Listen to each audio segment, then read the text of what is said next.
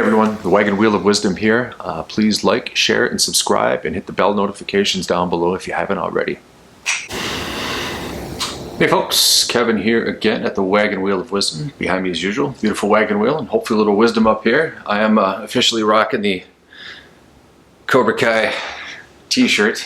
If you guys don't know what that is, God bless you. There's no hope. Anyway, I'm just kidding. Anyway, kind of a good mood. Little shift from this morning, but as you guys know, these days kind of wane and wax as far as the emotions go. But with that being said, I want to address something to people that are willing to listen to, I think, the absolute truth about this. If you do any random Google or YouTube search about twin flames, there is an abundance of information that gets thrown your direction. Some people have their hearts in it for the right reasons. Other people, it seems like they're there to make a profit off of you. Whatever the case may be. I think the problem that most of us get into, and again, guilty as charged on this, and I can go back to when I started out, was listening to online tarot readings and really kind of falling into that, and not just one or two per day. Like one or two too many per day is what it kind of came down to. And once I began to kind of detach from that and really start, I guess, the journey of educating myself about it, because this has gotten me into trouble in the past, and perhaps just by the way I am, I would, how do I want to explain this? I would believe people blindly. I wouldn't allow actions to follow their words. I would just listen to words. Well, in this instance, because of the emotional impact it's truly having on myself, and judging by comments, the same sort of emotional impact on many, many others, I had to really dig into this to find truth behind it. And that's sort of is what has led me down this journey to, correct my thinking as I go along, talking about things that are working for me versus not working for me, being completely open and honest with things that I'm doing, including reaching out and doing all of that. But at the same time, it's an emotional education as I go along. And there's a couple finite truths that I just have to get out there about this. Now, number one, and let's just get this on the table right now. There's so many things out there that keep your mind completely consumed by this journey. Names, labels, twin flames, dark night of the soul, looping, can't think about them. Oh, if you can think about them, it's okay. Just non-stop, just constantly in your face. So I just want on this video to simplify it, or at least how I'm simplifying it in my head. I can't prove to anybody beyond a reasonable doubt in the 3D landscape that this journey is happening and is real. It is just happening to me and feels incredibly real based on that. I can't connect to, other than, I suppose, verbal dialogue with people about their experience who share a similar experience as well.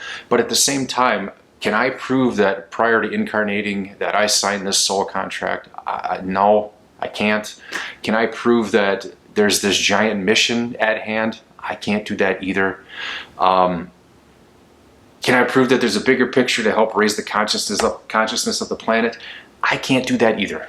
I don't possess, maybe I do, and I haven't quite cultivated it yet. And again, maybe that's where this journey goes. But my point being is that there are a million questions I have and so few answers. What I'm doing, though, is this. I am going through, and this is full on the table here, I am going through the hardest effing breakup I've ever been through in my life with somebody. Somebody I met that completely rocked me to my core. Somebody that I met that I felt something that I've never felt in my life with anybody. These two components right here have this being one of the most confusing and challenging breakups, and I'm just going to call it that, of all time. No idea if the other things I'm talking about are to be true as far as her being a twin flame or any of this. I have no idea what the future holds. What I can control in this arena is very simple. Me. I can control the work I put into this. I can control the content I absorb.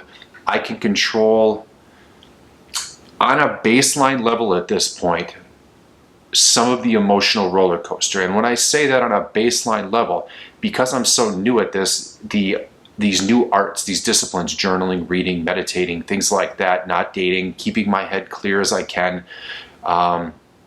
those things are well within my control. The emotions as they hit me, that's a little bit different because they seem to come out of nowhere and they're happening so frequently. But I believe with these disciplines that I just spoke of, that within my control, I can keep it at this pretty good baseline for the most part. But you guys have seen me on my off days, and we have them on this. Again, it's a devastating, devastating breakup in ways that I try to convey to people who aren't part of this circle. There's just no conceptualization. There's no comparison. There's nothing that I can say that will allow them to get this because of it being such a deep entrenched feeling inside of us.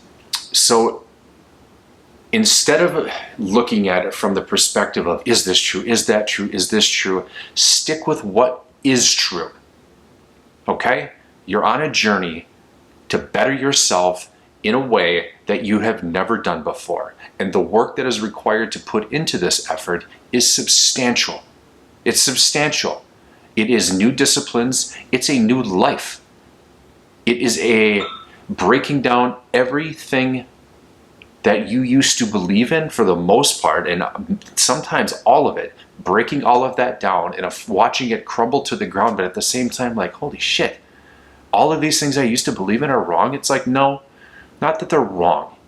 They were the tools that you had to get you where you needed to get to then be catapulted on this crazy freaking journey that we're currently on, and whatever that journey might be. Well, I'll just leave it as a spiritual awakening, because in truth, that's what it is. It's your own spiritual awakening. What happens beyond this awakening within the things we can control when you're putting in that work, and most importantly, the more you separate your mind from that person, the better your life is going to be. It's just hands down. Because the old way, the old 3D way of looping thoughts, constantly thinking about them, reminiscing of the old, man, that shit gets old. And it makes me mad at some points in time that it's like, Jesus Christ, really? I'm still thinking about this? Sorry, JC, didn't mean that. But you guys get what I'm talking about. Like, it's that part of it creates anger inside of me that I'm still almost 6 months into this, and people like, oh, 6 months, hold my beer. You know, I've been on this for 2-3 years. I'm not saying that. I'm just telling you how I'm wired on this journey and the frustrations that I do go through. Because, again, like all of you, I ask myself every single day, is this shit for real? Like, is this really happening? Can this be real? Was what I felt with her real? Is she this? Is she that? Is she going to be a part of my life down the road? And quite frankly, I've gotten to this point now where it's like, you know what? None of that stuff matters. It matters in terms of the inner healing and inner work that we have to do, because it's them showing us exactly what we need to work on. And that too is troubling, because it in your head, wow, who's blowing up my phone? It keeps, you know, the thoughts of them in your head. But what I'm saying is, the things you can control, keep those things, jot them down, what you can control, and then jot down the things what you can't control, and put a big X through that list, and constantly look at the things that are within your hands, your grasp, that you can do each and every day to help yourself remove the thoughts of that person out of your head. Whatever the universe has in plan for you after that, again, I can't prove it. I don't know. You don't know. We don't know, do we? But in the meantime, we can become the baddest freaking version of ourselves that any amazing person would want to be with, truthfully. And that's not a joke, and that's not fluffing anybody up. That truthfully, any amazing person that matches your energy would love to be with. Imagine the perfect you in a perfect union with somebody. Separate that old person. Seriously, think about that for a second. Think about the work you're putting in. Think about what you've had to go through. Do you want old X who maybe isn't doing a damn thing with their life? coming back in and messing up your momentum and things like that. I don't know, man. I mean, our momentum is going to get triggered at certain points in time anyway. That's going to happen. But if somebody's just going to come back into your life to frustrate the shit out of you, that sounds awful. That does not sound cool. Keep building yourself up. And again, jot that list down. Things that you can control on this journey and things that are completely outside of your control. And I guarantee you, I know which list is going to be a hell of a lot longer. The short list is about you.